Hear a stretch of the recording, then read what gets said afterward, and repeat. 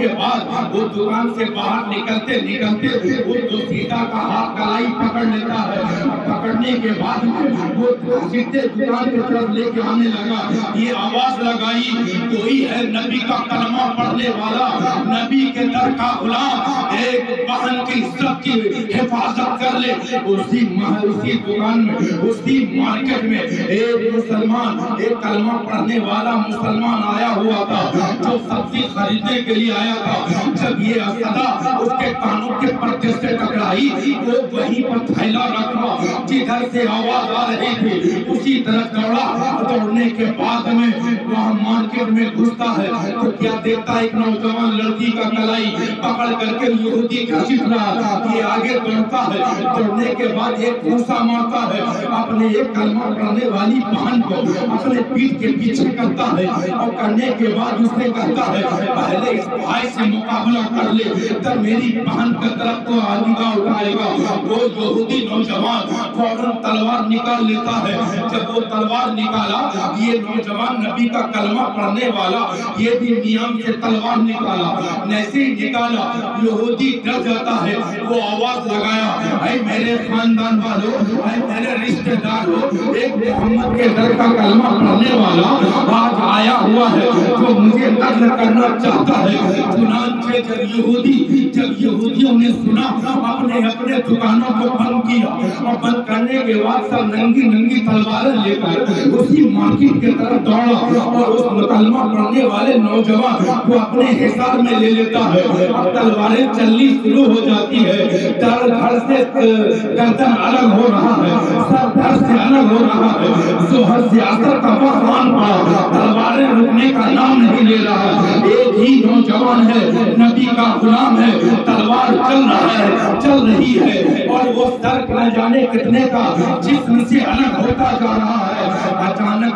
اچانک کلمہ پڑھنے والا نوجوان کا ہاتھ رکنے لگتا ہے. اب اس دوسیدہ کو یہ سمجھ میں آنے لگا کہ اب میرے بھائی کا ہاتھ رکنے والا ہے. اب اگر میرا بھائی شہید ہو گیا اس سے پہلے جو میرے ساتھ حشر ہونے والا تھا وہی حشر ہونے والا ہے. چنانچہ دونوں آنکھوں سے آنسو جاری ہو نوجوان لڑکی دوشیزہ اپنے دوپٹے سے آنسو پوچھتی ہے اور اسی برندے پر بچھا دیتی ہے. اپنے پیشانی کو سجدے میں رکھتی ہے اور سبحان ربی اعلیٰ کی صدا لگاتی ہے, ورد کرتی ہے اور پروردگار سے دعا کرتی ہے اے میرے پروردگار, اے میرے پالنہار, آج مفلس بے کس و ناتوان لڑکی, آج تیرے حبیب کا کلمہ پڑھنے والی لڑکی, آج اس کے آبرو عزت کو خطرہ ہے. مولا میری بات میرے حبیب تک, میرے آقا تک کسی طرح پہنچا دیا جائے کہ تیرے در کی ایک کنیز ہے جس کی عزت آبرو خطرے میں ہے. ابھی اس کی دعا لب سے نکلتی ہے, ہونٹوں سے نکلتی ہے, باب اجابت سے ٹکراتی ہے. اللہ تبارک و تعالیٰ کو جوش آ جاتا ہے. فوراً جبرائیل امین کو حکم دیتا ہے اے جبرائیل جاؤ میرے حبیب سے کہہ دو کہ فلاں جگہ اس کا کلمہ پڑھنے والی دوسیزہ سبحان اللہ. جبرائیل امین آقا کے خدمت میں آتے ہیں کہ آپ کی ایک دوسیزہ آپ کا کلمہ پڑھنے والی فلاں مارکیٹ میں فلاں دکان میں آپ کا انتظار کر رہی ہے. ابھی یہ سبحان ربی الاعلیٰ کر ہی رہی ہے, دعا کر ہی رہی ہے کہ پیچھے سے نعرے تکبیر کی صدا بلند ہو گئی. نعرے تکبیر کی صدا بلند ہوئی. جب یہ لڑکی دوسیزہ جب سر اٹھا کے دیکھتی ہے تو کیا دیکھتی ہے کہ آقا نامدار صلی اللہ علیہ وسلم تشریف لا رہے ہیں. آپ کے ساتھ ابو بکر صدیق بھی آ رہے ہیں, عمر فاروق بھی آ رہے ہیں, عثمان ذی النورین بھی آ رہے ہیں, علی کرم اللہ وجہ الکرم بھی آ رہے ہیں, سلمان فارسی بھی آ رہے ہیں, حضرت ابو ہریرہ بھی آ رہے ہیں. سب کے ہاتھوں میں ننگی تلواریں ہیں اور ایک فلک شگاف نعرہ سے وہ مارکیٹ گونج جاتا ہے. اور جب یہ نعرہ بلند ہوا, جب اسلام کی جانب سے, جب نونہال اسلام کی جانب اور حضرت آقا صلی اللہ علیہ وسلم کا جب ساتھ ہے, جب نعرہ بلند ہوتا ہے وہ یہودیوں کے ہاتھ سے تلواریں گرنی شروع ہو جاتی ہے اور سب راہ فرار اختیار کر لیتا ہے۔ تاریخ بتاتی ہے کہ اسلام کا پہلا مدینے میں یہودیوں کا جو بازار میں قابض ہوا وہ وہی بازار تھا جہاں پہلا اسلامی جھنڈا نصب کیا گیا۔ سبحان اللہ، اسلامی جھنڈا نصب کیا گیا تھا۔ آج میری ماں بہن بیٹی بہت سارا ماں باپ کا بھی اس میں بہت بڑا رول ہے کہ بیٹیوں کو اتنا ہاف شرٹ ہاف کپڑا پہناتی ہے۔ ایسا ایسا ڈریس کے دیکھ کر کے یہود اور نصارہ شرما جائیں تو میں اور آپ کون؟ علامہ اقبال نے کہا تھا اسی میں، میں تفصیل سے جانا نہیں چاہتا تفصیل میں کہ دیکھ کے سرمایہ یہود و نصارہ آج آپ یاد رکھ لیجئے ایک بات میری ماں بہن بیٹیاں یا میری آواز جہاں تک جا رہی ہے، ایک لڑکی اگر اسلام سے منحرف ہو گئی تو 4 لوگوں کو جہنم میں لے کے چلی جائے گی۔ اب میں کوئی 56 انچی کا نہیں پھینکو نہیں ہوں، میں جو بھی بول رہا ہوں صوفی کے قول پر بول رہا ہوں اور صوفی کا کنیکٹ وہ ہے آقا صلی اللہ علیہ وسلم۔ اس لیے اپنی بچیوں پر تاکید رکھو، کھلاؤ سونے کا لقمہ لیکن دیکھو شیر کی نگاہ سے وہ بچہ کبھی برباد اور کبھی قابل مبارکباد ہے جناب شبیر صاحب مرحوم کے اولاد جو اپنے باپ کے لیے، اپنے والد کے لیے، دادا کے لیے، اہل خانہ کے لیے یہ ایک برکت کا باعث بنا دیا ہے۔ چونکہ جس جگہ میلاد نبی ہوتا ہے وہاں جنت کی کیاریوں میں سے کیاری ہو جاتی ہے، اور جہاں پر جنت کی کیاری ہو جائے وہاں جادو نہیں چلے گا، فساد نہیں ہوگا، فتنہ نہیں ہوگا، موت نہیں ہوگا۔ جنت میں کسی کو موت ہے کیا؟ تو ہم جتنا دیر بیٹھے ہوئے یہاں ہم جنت کی کیاریوں میں سے بیٹھے ہوئے۔ اب آپ کا عقیدہ درست نہیں، آپ لے کے نہیں جائیے گا بہتر چیز تو وہی حضرت تعویذ دیجئے، فلاں تعویذ دیجئے، مفتی ممنون صاحب تعویذ دیجئے۔ تعویذ کی ضرورت کب پڑتی ہے؟ جب آپ جنت سے باہر ہو جائیں گے، یہاں جنت میں آپ بیٹھے ہوئے۔ آپ یاد رکھ لیجئے میں کوئی مقرر نہیں ہوں، اپنے پیر و مرشد کا جوتیاں بہت سیدھا کیا ہے، اللہ نے ان کے صدقے سے، ان کے قدم رنجا کے برکت سے مجھے جو بھی عطا کر دیا ہے، اور جامعی ہونے کی حیثیت سے اللہ نے مجھے بہت کچھ عطا کر دیا۔ حق ہے ماشاءاللہ، حق ہے، واہ واہ کیا بات ہے ماشاءاللہ۔ ہمیشہ یاد رکھیں گے حق ہے کہ بچوں کی پرورش ایسے نہیں ہوتی ہے، پیداز ہونے سے زیادہ اس کی اہمیت پرورش۔ اگر پرورش عمدہ ہو تو پھر وہ ماں باپ کو جنت میں لے کے چلی جائے گی اولاد، اور اگر پرورش عمدہ نہیں ہو تو وہی اولاد ماں باپ کو جہنم میں لے کے چلی جائے گی۔ ماں باپ نے دولت جمع کر دیا بے حساب اور انتقال کر دیا، وہ دولت تو جمع رہا، اسی دولت سے اگر اولاد جوا کھیل لیا، سنیما دیکھ لیا، شراب پی لیا، سود خوری کر لیا وغیرہ وغیرہ، تو باپ یہ نہیں کہے گا کہ جو کرنا کر گیا، میرا تو دن جیسے تیسے کٹ گیا، اب اپنا سمجھے گا نہیں، قبر میں اس کو جواب دینا پڑے گا، اس کو جواب دینا پڑے گا کہ تم نے جب دولت جمع کیا تھا تو اپنی اولادوں کو نبی کی راہ پر چلنا کیوں نہیں سکھایا؟ آج جب نہیں سکھاؤ گے وہی اولاد باغیچے میں اور قبرستان میں بیٹھ کر کے اور جواب آپ کو دینا پڑے گا۔ وہ اولادیں خواہ لڑکی ہو یا لڑکا ہو، آپ جانتے ہیں حضرت علی کرم اللہ وجہ کا کریم کا دور تھا، ایک لڑکی ایک راستے سے گزر رہی ہے، مخالف سمت سے ایک شہزادہ، بادشاہ کا بیٹا شہزادہ کا گزر ہوا، اس کی نگاہ ایک شہزادی پر پڑ گئی۔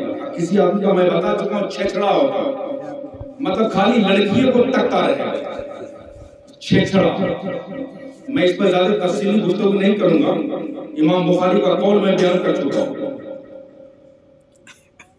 اچانک چہرے سے نقاب ہٹا، سریلی آنکھ تھی جس کو انگریزی میں کہتے ہیں سی ہائز موسٹ بیوٹیفل۔ ماسٹر لوگ بیٹھے ہوئے، میں تو 5 کلاس کا طالب علم ہوں۔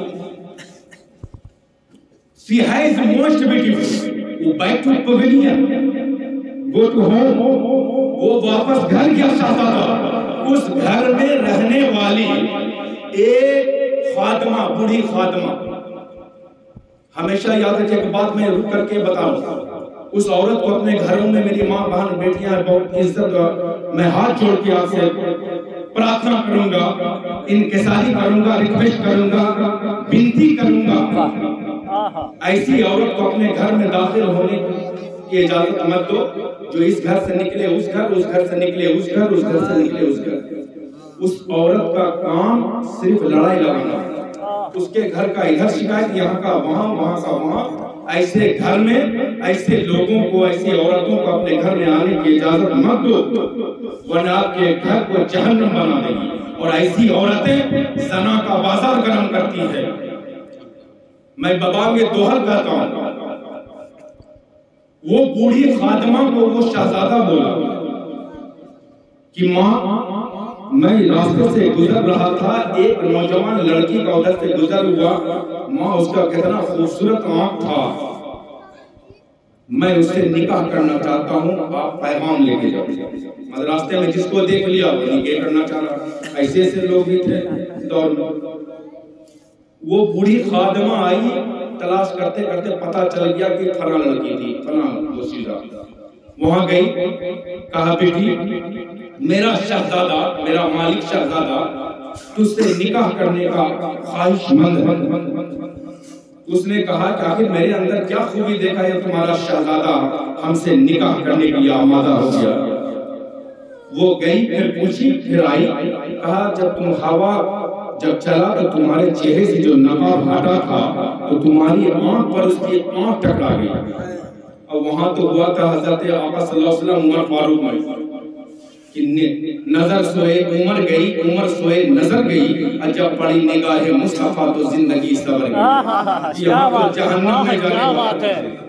نظر سوئے عمر گئی, اب عمر سوئے نظر گئی, جب پڑی نگاہ مصطفیٰ تو زندگی سور گئی. کہا اس کے اندر, میرے اندر کیا خوبی؟ کہا بیٹی جب ہوا مخالف سمت سے جب ہوا چلی تو تمہارے چہرے سے نقاب ہٹ گیا تھا, آنکھ تمہاری بہت رسیلی تھی, اور میرا شہزادہ اس پر عاشق ہو گیا. کہا ماں بیٹھو, take your seat, please sit down, بیٹھو.